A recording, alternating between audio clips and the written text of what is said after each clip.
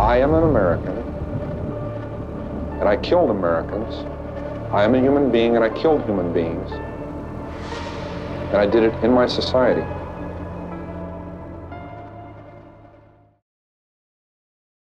सोचो एक शाम तुम एक हाईवे पे खड़े हो और तुम्हें इंतज़ार है किसी गाड़ी का कि कोई कार आए तुम्हारे पास और तुम्हें लिफ्ट दे। और तुम्हारा ये इंतज़ार बहुत ही जल्द ख़त्म होता है क्योंकि एक गाड़ी आती है और तुम्हारे पास रुकती है और तुम देखते हो कि उस गाड़ी में से एक 6 फुट 9 इंच का जायंट निकल के आता है, जिसे देख के तुम एक बार में ही डर जाते हो। लेकिन उस बंदे का बात करने का तरीका इतना स्वीट और इतना पोलाइट था कि तुम्हें वो बंदा कहीं से भी अनसेफ तो नहीं लगा। जब उस बंदे की बातें तुम्हें नॉर्मल लगती है तो तुम उसकी गाड़ी में बैठ जाते हो। तो ऐसा ही कुछ हुआ था मैरी एन और अनीता के साथ। उन दोनों को भी जो बंदा उनके सामने खड़ा था एकदम नॉर्मल और स्वीट लग रहा था, तो वो उसकी गाड़ी में बैठ जाते। उन तीनों के बीच पहले तो कुछ देर बहुत ही नॉर्मल बातचीत चलती है, सब कुछ नॉर्मल होता है। लेकिन तभी सडनली वो बंदा एक रॉन्ग टर्न लेता है और लड़कियां वहीं पे पैनिक कर जाती है। लड़की शुरुआत में तो थोड़ा सोचती है, अपने आप को काबू करते हुए कि शायद से गलती से ये चीज़ हुआ होगा। लेकिन फिर वो लोग देखती है धीरे-धीरे कार की स्पीड तेज़ होने लगती है और उस कार की स्पीड तेज़ होते-होते उस बंदे के एक्सप्रेशंस भी चेंज होते हैं और लड़कियाँ पैनिक करने लग जाती हैं। और पैनिक से उन लड़कियों की साँसें इतनी तेज़ होने लग जाती है और वो लोग कोशिश करती हैं कि उस कार की हैंडल्स को खोलने की। लेकिन वो लोग पाते हैं कि कार के हैंडल्स मिसिंग होते हैं और तभी उन्हें पता चलता है कि वो जिसकी गाड़ी में बैठे थे, वो कोई लोकल हेल्पिंग हैंड नहीं था, लेकिन वो एड कैम्पर था, जिसको द को-एड कैम्पर के नाम से भी जाना जाता था। तो वो एक ऐसा किलर था जो वहाँ पे बहुत टाइम से फेमस भी था। तो आपको ये चीज़ जान के बहुत ही हैरानी होगी कि जो एड कैम्पर था, वो अपने आप में इतना ज़्यादा उसकी बातचीत और उसके बोलने का तरीका इतना वो था प्रोफ़ेसर कह सकते हैं प्रोफ़ेशनली तरीके से बात करता था वो बहुत ही। ऐसा लगता है जैसे कि कोई तुम्हारे सामने जो बंदा खड़ा है वो इतना ज़्यादा इंटेलिजेंट है और प्रोफ़ेसर है। और इनफैक्ट ये एक फैक्ट भी है कि एफबीआई उसे एक टेक्स्ट बुक केस के तरीके से मानती थी। मतलब कि एफबीआई उसे सीरियल किलर्स के दिमाग को पढ़ने के लिए उन्होंने उसको स्टडी किया था। और इनफैक्ट ये बात भी है कि उसका आईक्यू लेवल 145 था। ये था एड कैम्पर। इस खतरनाक कहानी की शुरुआत होती है एड के टॉक्सिक चाइल्डहुड से।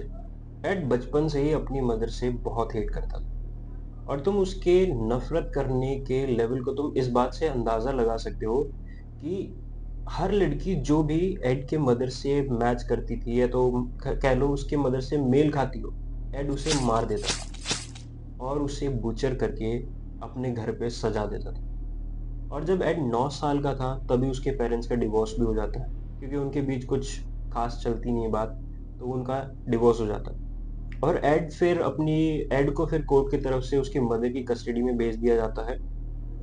और एड की मदर जो थी हमेशा से पहले से ही वो एक मैन हिटर थी और इनफैक्ट वो एड की मदर का जो बिहेवियर था एड के प्रति वो भी बहुत ही बुरा रहा था बचपन से। वो एड को हमेशा से कह लो उसका मतलब उसका बिहेवियर हमेशा से क्रूअल था एड के लिए और उसको अब्यूज भी करती थी और कई बातें कहती थी और कई ताने मारती थी, जैसे उसको कहती थी तू किसी काम का नहीं, गुड फॉर नथिंग, ऐसी कई सारी चीजें उसको कहा करती थी। और सबसे बुरी बात जो एड को लगती थी उसकी मदर से, उसकी माँ उसे कहती थी कि तू किसी भी लड़की के लिए सेफ नहीं है। और इसी बात से उसकी मदर एड को बेसमेंट में सुलाया करती थी और एड की मदर अपनी दोनों बेटियों के साथ ऊपर वाले फ्लोर पे सोया करती थी। और एड को जब इतने सारे रिजेक्शंस उसे फेस करने को मिला तो एड ने खुद कहा कि मैं हर रात रो रो के सोता था क्योंकि उसकी मदर उससे नफरत करती थी। और इन्हीं सभी चीज़ों के बाद एड के दिमाग पे इतना ज़ोर पड़ता है और मेंटली वो इतना डिस्टर्ब भी हो जाता है एड कि वो छोटे-छोटे एनिमल्स को हर्ट करता था। इनफैक्ट उनको काट-काट के पीसेज़ में डिवाइड कर देता था। और यहीं पे जब उसकी बहनें खेला करती थी अपने डॉल्स वगैरह के साथ, तो वो उनके डॉल्स को भी लेके उनके गर्दन को डाइसेक्ट कर देता था।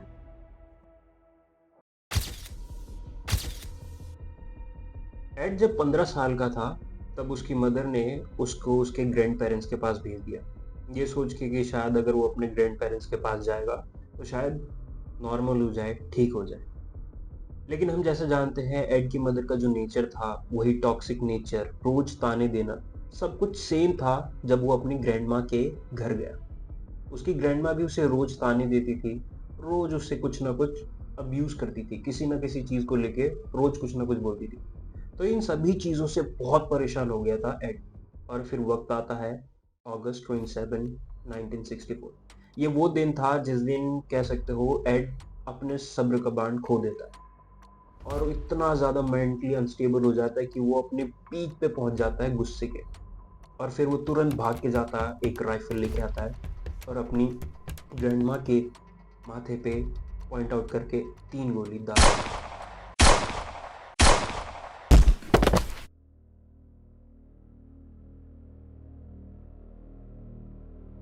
वो इतना करने के बाद भी वो ये कह सकते हो कि उसके अंदर का गुस्सा अभी भी शांत नहीं हुआ।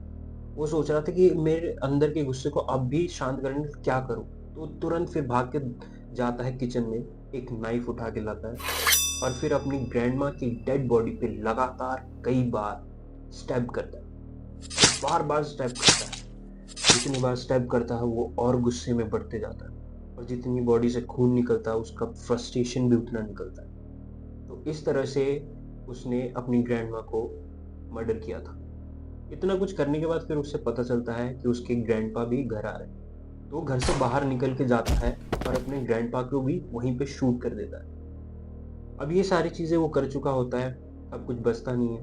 तो नॉर्मली, बहुत ही नॉर्मल तरीके से, जैसा हम जानते हैं कि अगर कोई सीरियल किलर अगर होता है ऐसी चीजें कर, पर एड वहीं पे रुका रहा और उसने पुलिस को कॉल किया। एफबीआई आती है, सारी चीजें इन्वेस्टिगेशन करती है वो, और फिर एड से कई सवाल जवाब भी करती है। सवाल जवाब में एड एड से एफबीआई वाले पूछते हैं कि चलो ठीक है, तुमने अपनी ग्रैंडमा को मारा, उसका तुम्हारे पास एक रीजन था, क्योंकि उनका एक टॉक्सिक नेचर था, तुम्हें रोज ताने देना। लेकिन तुम्हारे ग्रैंडपा को मारने का क्या ऐसा रीजन था कि जो तुमने अपने ग्रैंडपा को मारा?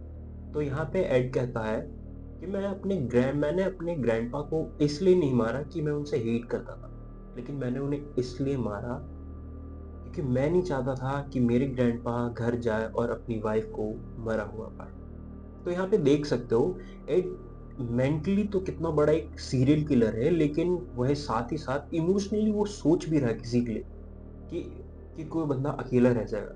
तो इस सोच के साथ वो एक और मर्डर कर देता है। फिर इसके बाद कोर्ट में एड को मेंटली अनस्टेबल कह सकते हो, साइकोलॉजिकल में साइकोलॉजिकल उसे डायग्नोस कर देते हैं कि ये बंदा मेंटली अनस्टेबल है, और फिर उसे जेल पे डाल देते हैं।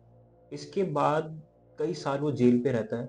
फिर से टाइम आता है 1969, जब कोर्ट उसे पैरोल पे छोड़ देती है, ये बोल के कि अब वो ठीक हो चुका है। लेकिन यहीं पे एक चीज जो कोर्ट करती है, जो उसे करना नहीं चाहिए था कोर्ट को यहाँ पे, कि कोर्ट दोबारा से एड की कस्टडी उसके मदर को दे देती है।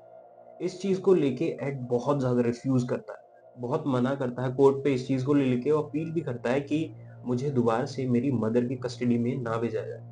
क्योंकि वो, हम जानते हैं कि एड अपनी मदर से बहुत ज्यादा हेट करता था बचपन से ही लेके, तो इसलिए वो अपनी मदर के पास वापस नहीं जाना चाहता था। बट कोर्ट ने उसकी एक नहीं सुनी और उसे वापस से उसकी मदर की कस्टडी में भेज दिया।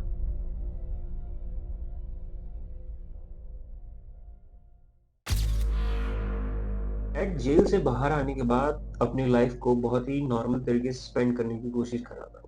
और यहीं पे एक आयरनी वाली चीज भी होती है कि एड पुलिस फोर्स में ज्वाइन करना चाहता था। उसने इस चीज के लिए अप्लाई भी किया, बट उसकी हाइट को लेके उसको रिजेक्शन मिल गया वहां पे भी। और यहीं पे हम देखते हैं कि एड स्मार्ट भी बहुत था।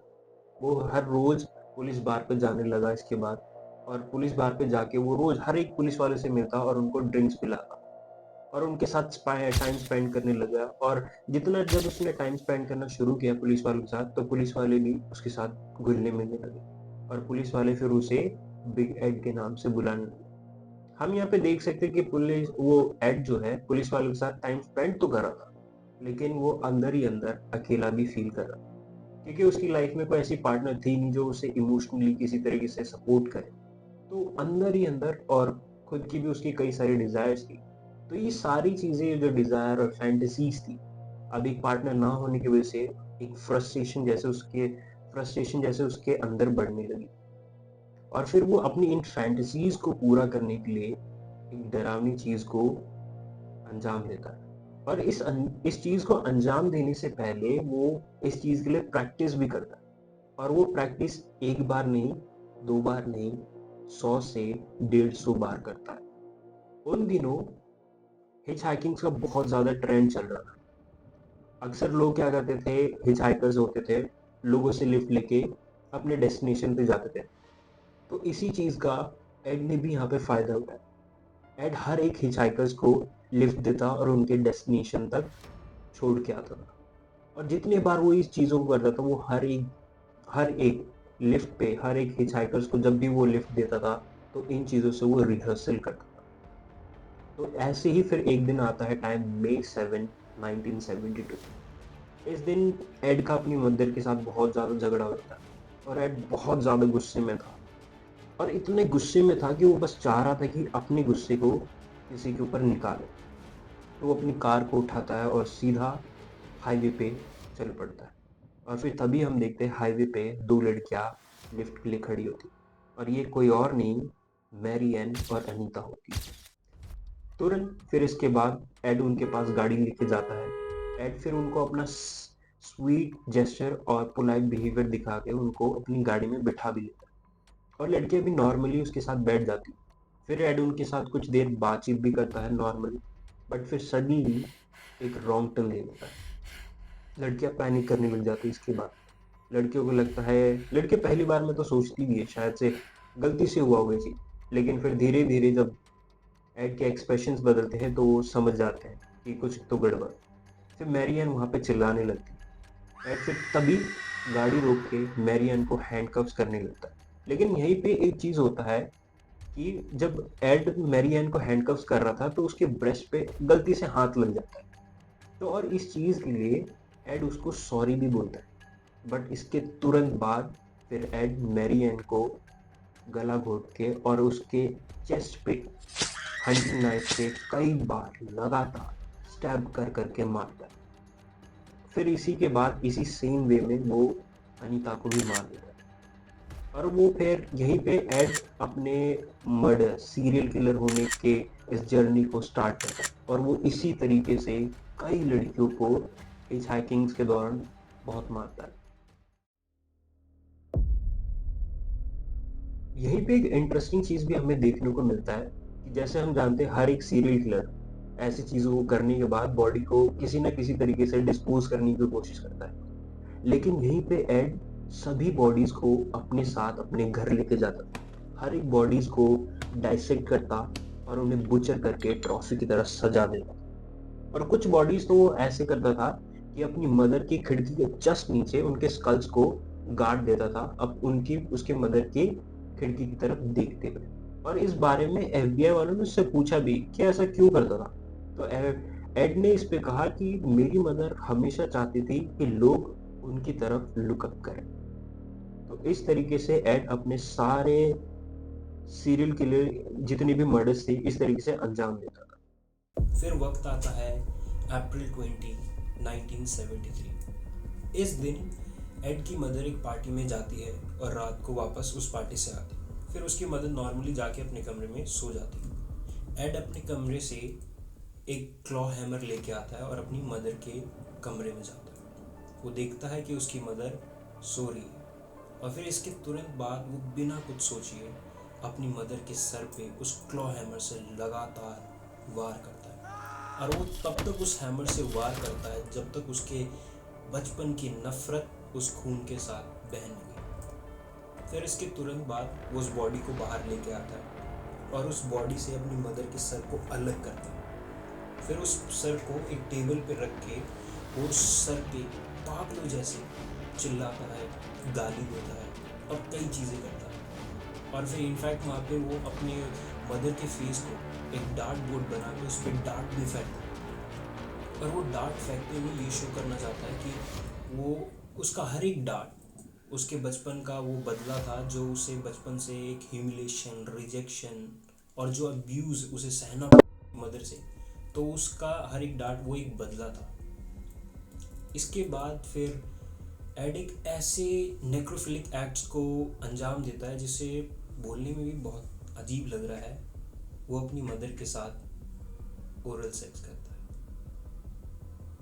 और फिर इसके तुरंत बाद फिर वो अपने मदर के लेरिंग्स को निकाल लेता है और फिर उसको निकाल के एक डिस्पोजल में फेंक देता है। और ये करते हुए वो ये शो करना चाहता था कि वो आवाज़ जिसने उसे हमेशा बचपन से अब्यूज़ किया, ह्यूमिलिएट किया, हमेशा बचपन से ताने दिए, उसने हर एक उस आवाज़ को हमेशा के लिए साइलेंट कर दिया। फिर इतना कुछ करने के बाद फिर वो बॉडीज़ को हमेशा के जैसे हमेशा करता था वो उन्हें काटता है फिर से, और फिर काटने के बाद तुरंत बाद वो पुलिस वालों को फ़ोन करता है और हर एक चीज़ों के बारे में बताता है कि उसने क्या चीज़ किया, कैसे किया। फिर पुलिस वाले आते हैं तुरंत और उसे वहीं पे अरेस्ट कर लेते हैं और फिर इसके बाद उसे जेल हो जाता है और फिर वो आज के टाइम पे भी ज़िंदा है और वो जेल। और आज भी जो FBI वाले हैं, पुलिस वाले हैं, एड कैंपर को एक स्टडी टेक्स्ट बुक केस की तरह उसको स्टडी करते हैं ताकि वो पता लगा पाए कि एक साइकोपैथ किस तरीके सोचता है, एक सीरियल किलर कैसे अपनी चीज़ों को अंजाम देता है। तो ये केस था एड कैंपर के बारे में, द को-एड सीरियल किलर।